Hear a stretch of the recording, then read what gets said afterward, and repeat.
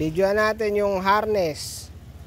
Yan, kailangan i-harness kasi sapakin ko itong mga pusa na ito.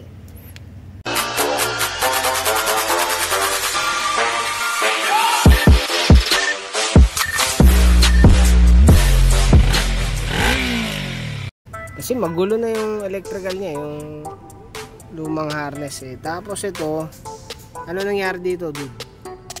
Putol ko, no connection na to. Ayan. Wala na, lambot na. Ano yan, tanso? Ewan ko dyan. Dapat yan, ano pa yan ah. Pucha, ba't ganito to? Ayun, nandito yung nandito yung wire ah. Wala nang connection eh.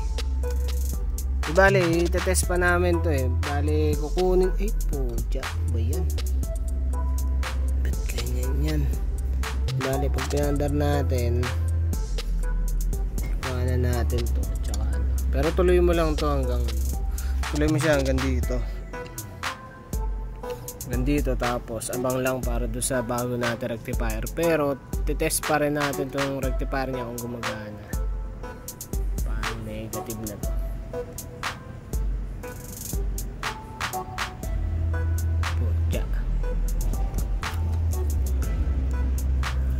May ano to, may regulator to, yung black. Test muna natin to, dude, kung gumagana to. Pero tingin ko negative yan. Tuloy mo lang yung wire hanggang dito. Hanip na yan. Yan o, dapat na matapos. Ito pa yung pinagkaabalahan ko ng lintik. Huwag malapit kasi makikita nyo yung imperfections. Kasi pag malapit makita nyo yung imperfections. Kaya malayo lang. Pinapacheck nga rin pala yung clutch. Kaso yung clutch, napansin ko yan, mukhang nirepair. Sabihin na ano yan, natumba siguro yan.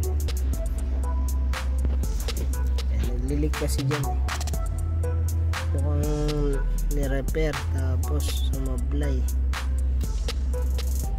Problema mga sa ICR na may tama yung ganito eh.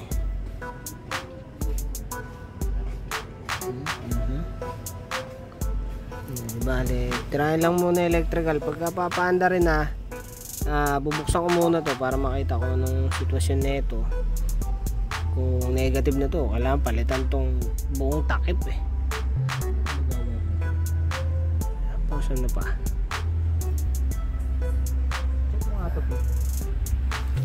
What is?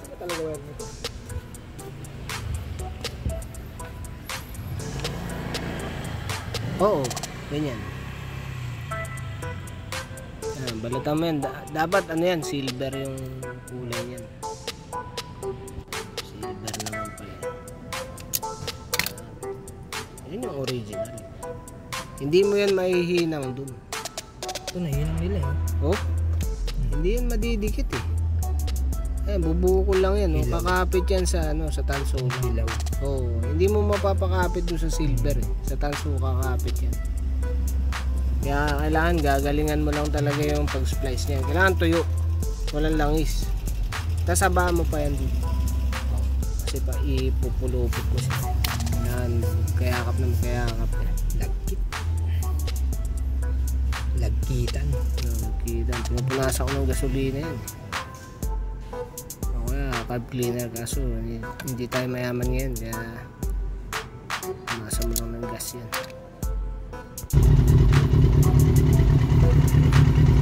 Walang dinadraw yung charger o yung rectifier. Tapos sira na yung ano niya eh.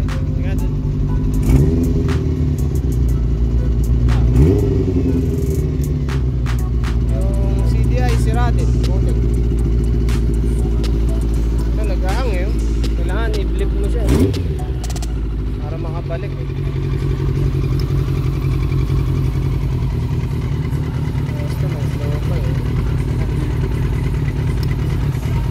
Baka sa langis lang yung blow by kaya ano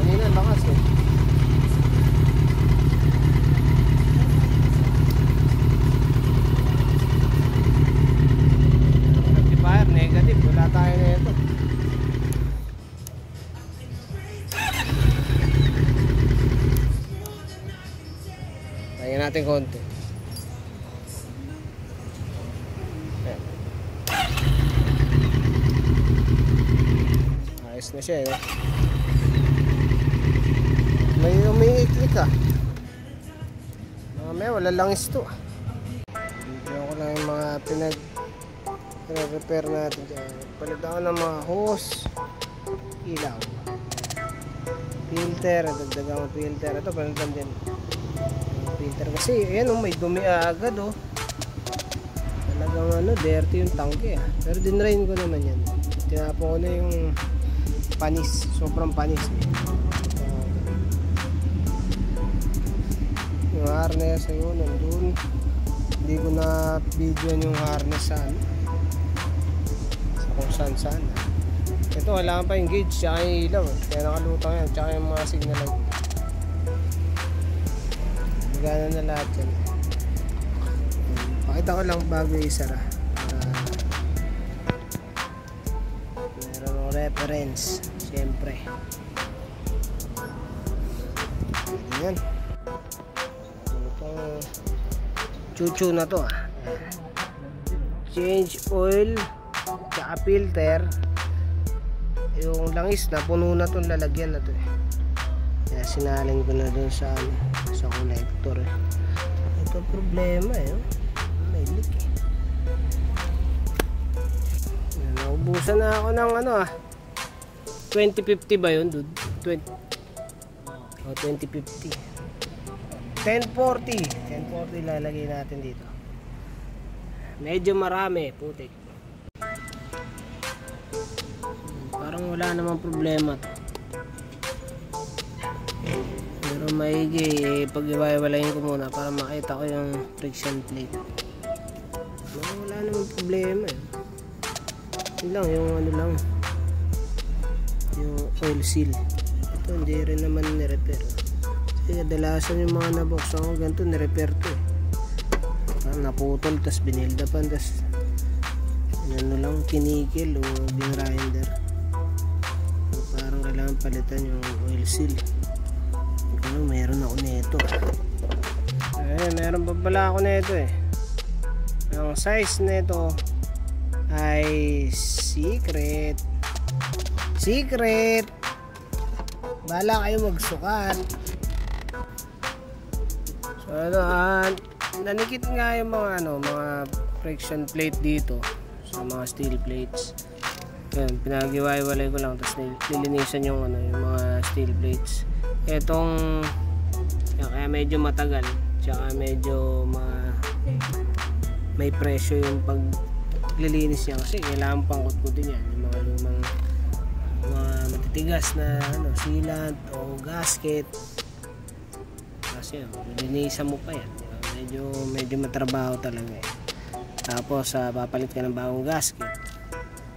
Ito yung sa takip na nilinisan niya. So ito yun, nilalangisan ko lang ulit. Ito kailangan kinisin pa bago isalpak kasi nanikit siya eh. May mga kalakalawang sinasabi ko eh dirty tsaka may pingas eh. Kaya siguro naglilik. Diskarte na lang natin ito.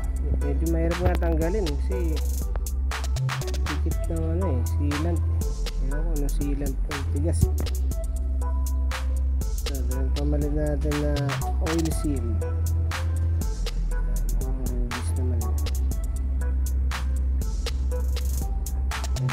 Sealant mag-leak dito eh.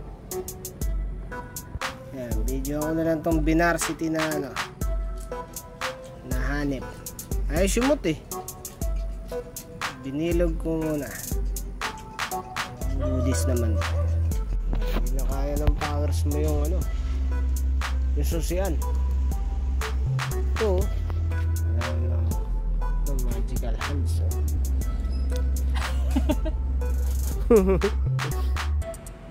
vitamin gauge. Hindi mo pala nasuso. Hindi ko yung ba? Kailangan naka-on lang. Click na yun, tsaka mababa na yung Tapos, eto yan. Pinalitan ko ng oil seal. Hindi ko napakita pala yung oil seal na nakashoot. Natakpan na niya ito. May washer. Wala naman leak. Pag uwi nito, saka maglilik. Hindi ba siguro? Nirepair ko yung sinushoota ng oil seal eh. Okay na to eh. Yan, CBI. Pilit natin CBI. Fuse box. Wala siyang sabitan eh. Kaya dyan lang. Tapos yun, may butas. Ewan kung ba't butas yan. Yan lang talaga siya eh. Tapos ito nga pala. Nakabang na lang yung para sa tail light. Yan, sila na siguro magsuksok. Wala kasi signal light. Siyempre, dalawa yun.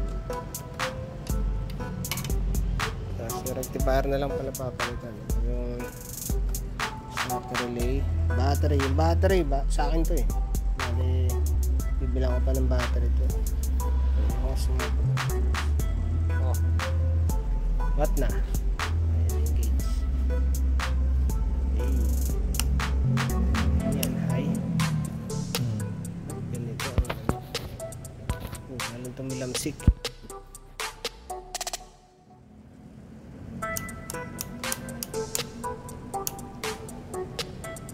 Neutral. Pag tinanggal sa neutral, ayan. Bata. Ayun. Oo. Not blinking. Ito ang flash relay. Check ko na naman. Subukan natin palitan. Ito hazard. Oo, hindi siya nag-blink eh, no? Hanapan lang namin ng pwesto dito. Wala eh. Walang lalagyan ng bracket. Ang puti. RPM.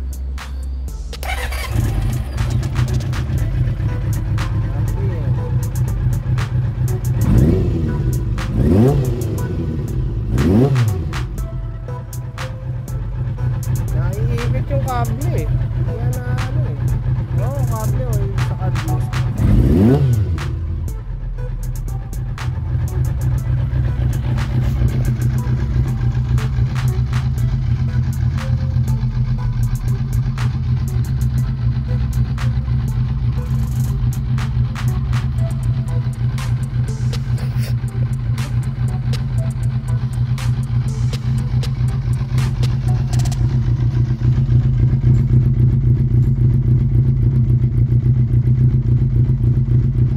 Minor no?